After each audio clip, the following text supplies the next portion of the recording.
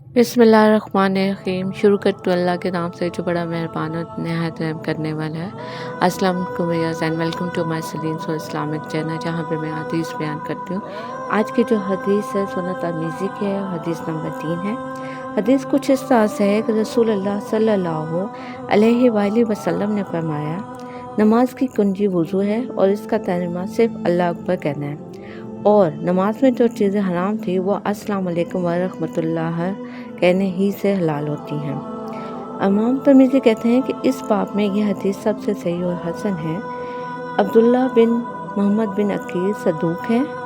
बाज़ अहले इल्म ने इनके हाफ़ज़ा के ताल्लुक़ से इन पर कलाम किया है। मैंने मोहम्मद बिन इस्माइल बुखारी को ये कहते हुए सुना है कि अहमद बिन हम्बल, इसाक बिन इब्राहीम बिन रहाविया और हमदी अब्दुल्ला बिन मोहम्मद बिन अकील की रवायत से हुज्जत पकड़ते थे और मकारत हदीस हैं। इस बाब में जाबिर अबू सईद खदरी रज़ियल्लाहु अन्हु से भी हदीस आई हैं। जज़ाकल्लाह खैर।